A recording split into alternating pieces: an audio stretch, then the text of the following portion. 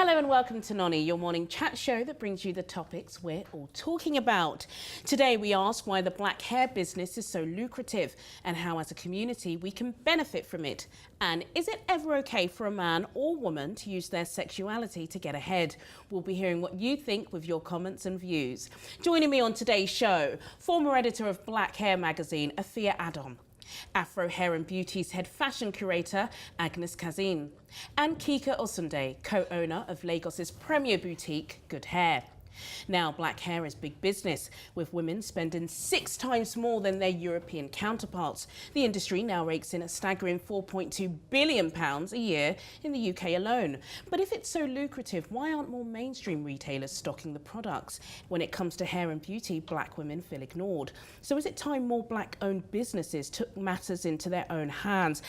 Afua, we've spoken about this so much. What is it about the term black hair? We've seen the documentaries, we've seen the films, the memes, the Twitter hashtags. What is it about us? I think that it has been so widely politicized, black hair. I mean, I remember when I was the editor of Black Hair magazine, I had relaxed hair when I started editing the magazine, and then I just decided one day to cut my hair and went natural and did a big chop.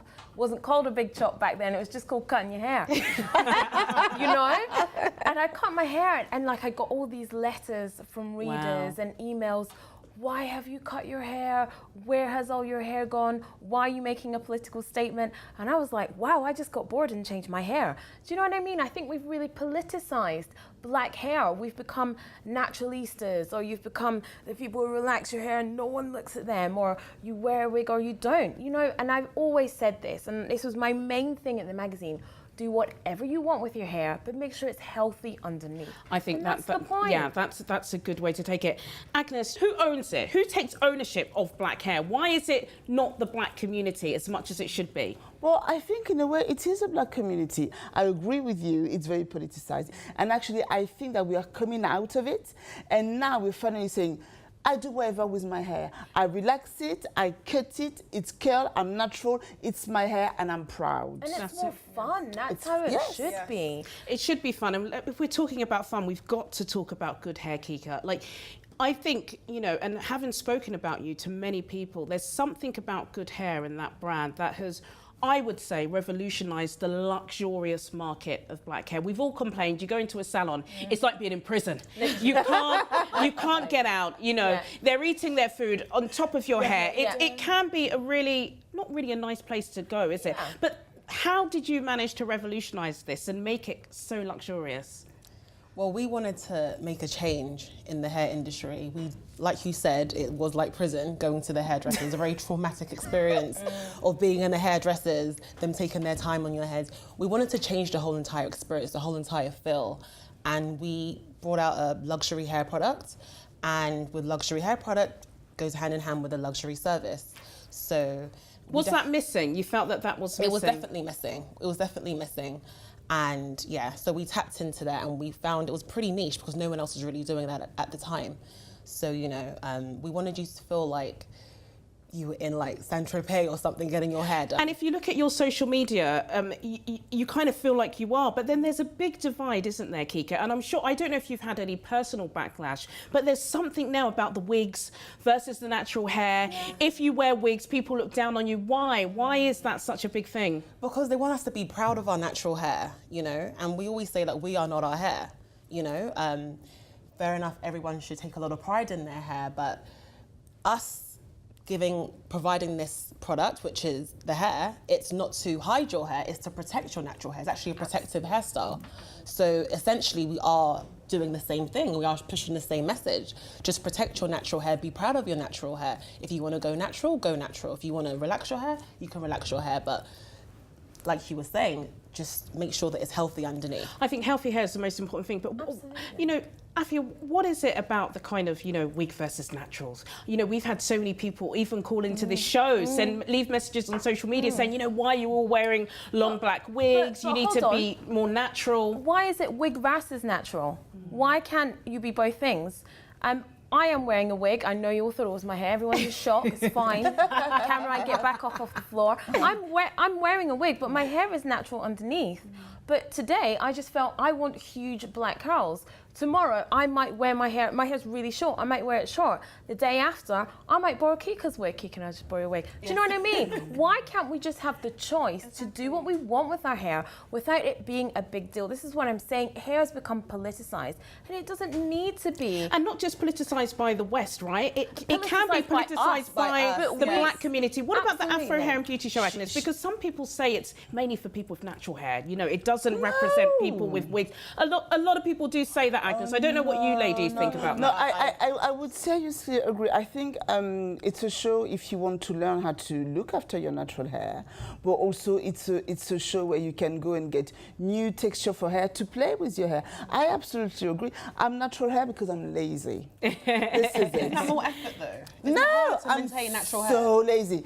Scrolling down the Instagram and looking for the hair on the screen. Oh, lazy. But I wear wigs and I love blonde, and I've been blonde for years. Kika wears it well. Kika wears it well. I love it. So I think that I agree. The thing, we're all natural. We all have different personality. We have one plus. We can play with our hair. Let's go play. Let's play together. Where's the problem? It has to be fun, but I think the biggest divisions come from within ourselves. It's from within the black community, and that's what other people are monetizing. Good for you, Kika, for monetizing us. You know, no offense, I'd rather give you my money than anybody else.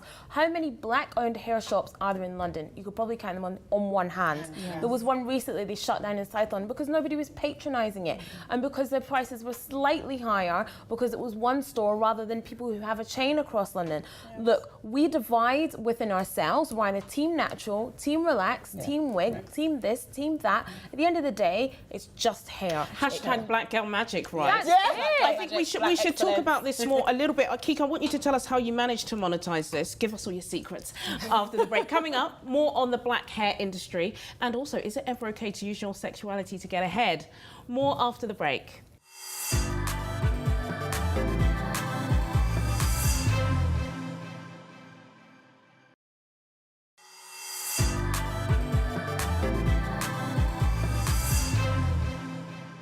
Welcome back to Noni. Still to come on today's show, sexuality. Is it okay to use it to get ahead? But first, more on the multi-billion-pound black hair industry. Will we ever get the glossy interiors and attentive staff of a high-end store, or is the future online?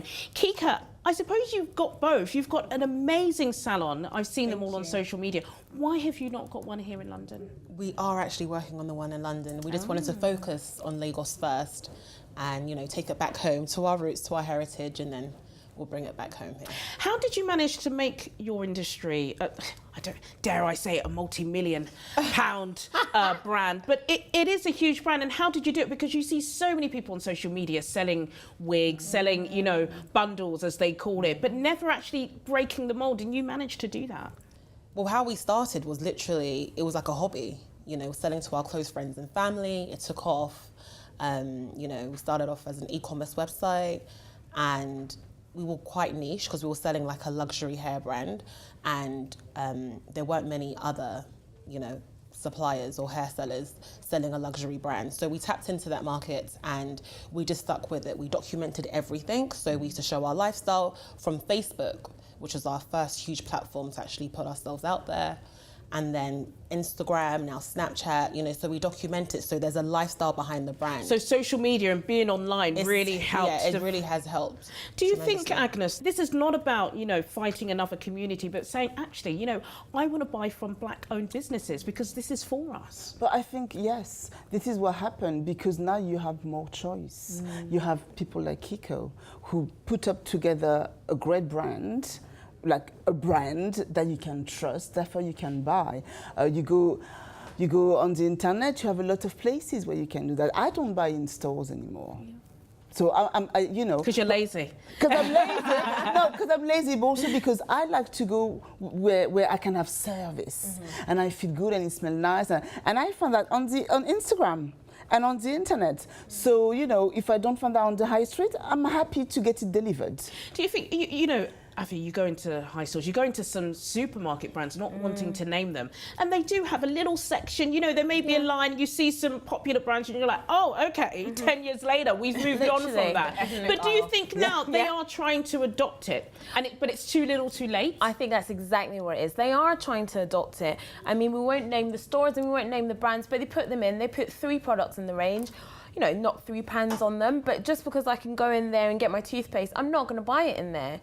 You know, you think that you're going to kind of draw us in by putting it on a high street store. It is too little and it's too late. But I think I really agree with what Agnes said about buying a service. I don't know about you, Juliana, but I actually would find my stylist before I find my hair, because I want to go to someone who's going to be able to tell me what the best product is, know how it's going to fit with me, my lifestyle, fit on my face, fit with my job, do you know and what? do it that way. That makes so much sense, Afua, but I've been finding, and it's not just in hair, it's in restaurants. What is wrong with black people? It's everywhere. Our customer service skills are poor. They're poor. We've been complaining about it for years. Awful. I wouldn't say it's poor. Okay, even that again, let's go back, because it's not poor, it's young. And when you're young, you make mistakes. And we are at the very beginning of a big wave of black entrepreneurship. We have to also pat ourselves in the back. We come from many years of not being able to have access and courage to be entrepreneurs. So we're making mistake, and it's just going to get better. We also have to have faith in ourselves. There is so many more young women like yourself, Kika, who are doing it for themselves, who are buying the hair and also providing the service, they'll make the wig for you, everything. When you give the black community or any community the agency to do it for themselves, then they run will. With it. No, exactly. I think that's fair. We can't be too hard on ourselves. Kika, let me just ask you, you know, we're talking about £1 billion, not naira or dollars, £1 billion industry. How do you manage, and how will you get more of that pie, you know, cutting into it? Is it just wigs? Are you thinking of developing anything else? We will try and stay ahead of the game, you know, stay ahead of trends, be very innovative. So before it was like hair extensions, then we now started coming out with like crazy colours, you know, and then with the wigs and stuff, and then now the salon and the experience. So yes, we are working on some new stuff that will keep people excited and stay ahead of trends and everything. Yeah, you're gonna have to give us one of your wigs at least. You know, one of your wigs to try. But tell us a little bit about how Afro Hair and Beauty managed to stay on trend and within the game. Well, I think it's the love of the community, first of all, and the love is really, really there. Also, it's the passion of the people who form that community, who really wants to go there and showcase, and also it's the opportunity. You know, when I was 16 in Paris, I would come here, flew to London to go to Afua and Beauty. Wow. That was the only one in Europe. I want to bring you in on this lastly, very briefly, Afua. You're a mother. I know Naima. You know, how do you? She sees you wearing wigs, but then I know you love your natural hair. How do you teach her to love her natural hair? Well, that's actually a really good question, and that's been something that's been really important to me, to instill in her. Yes, mummy wears wigs sometimes because mummy likes to change, but we always make sure that we keep our hair healthy. And I've actually bought her this doll where she lands by washing her doll's hair and braiding her doll's hair, putting conditioner in it, combing it out. I always make sure that her hair looks good, that she can take pride in it. She does the same for her doll's hair, and she sees me changing up. But what I always say to her, make sure your hair is clean and it's tidy, and have fun with it. That's the thing. Have fun with your hair. Have fun with it. I think that's a really nice way to end this topic, ladies.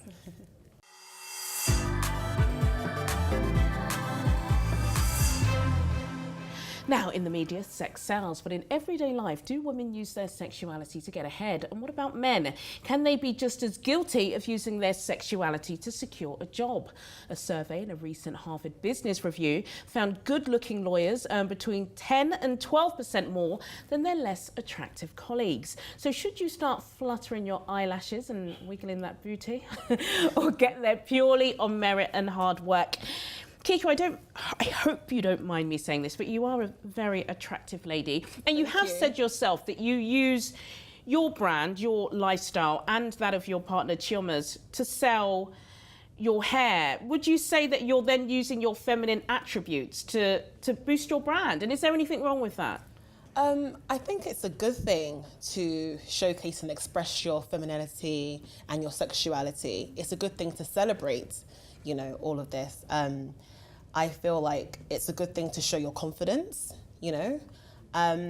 So yes, but to get ahead in life, no. Because you'll be sending out the wrong message. So is it a fine line then?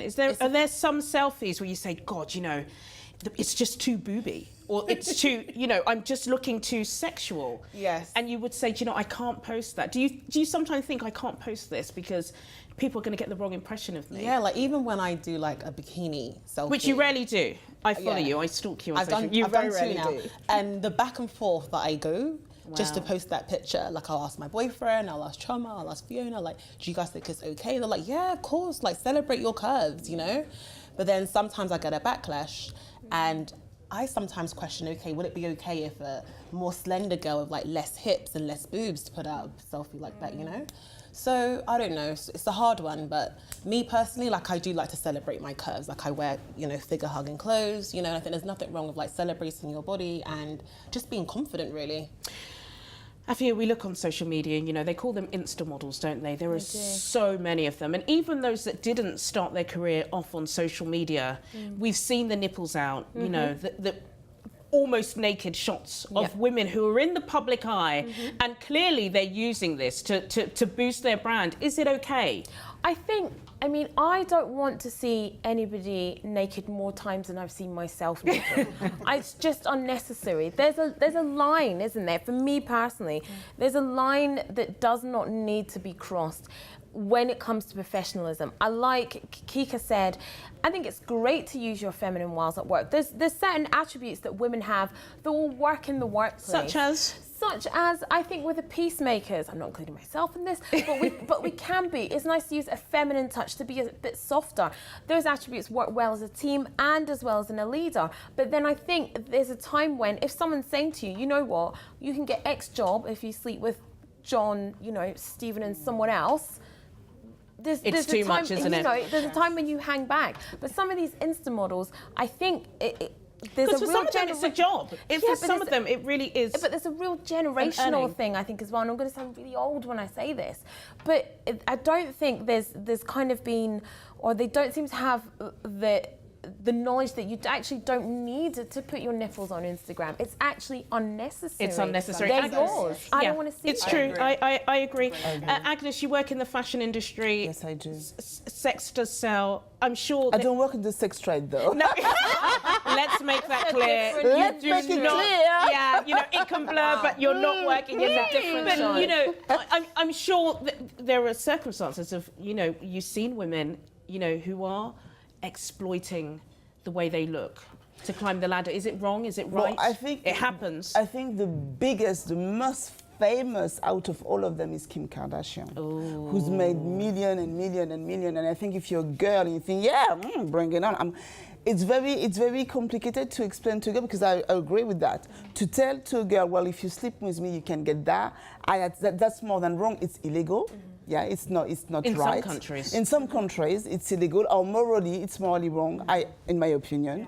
Now, a girl to sleep with in the work environment to go ahead, it's not, no, I disagree with this. And all those young girls who think that by being half naked is going to take them anywhere, it's very complicated. It's really, really wrong. Yeah. What about morals then, Kika? We talk about morals, but you know, we said Kim Kardashian, and we're not saying that she's ever slept with anyone to get ahead. But you know, she's very comfortable with her body, isn't she? But if she does post a picture like that, that's getting millions and millions of likes. So there are many people out there that like that, women who are endorsing it. Where do we draw the moral line?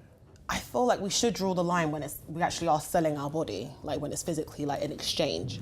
I just feel like sometimes we should just show more depth, you know, and we should show people that we can get by with our determination as opposed to our boobs and everything like that. You know, you're right. But what is it, Afua, about, and let's talk about the entertainment industry. We all work quite closely within it. What is it about that industry and growing in popularity where, you know, it just, everything gets a little bit lower, it gets a little bit higher, you know, it's all about posting for the likes.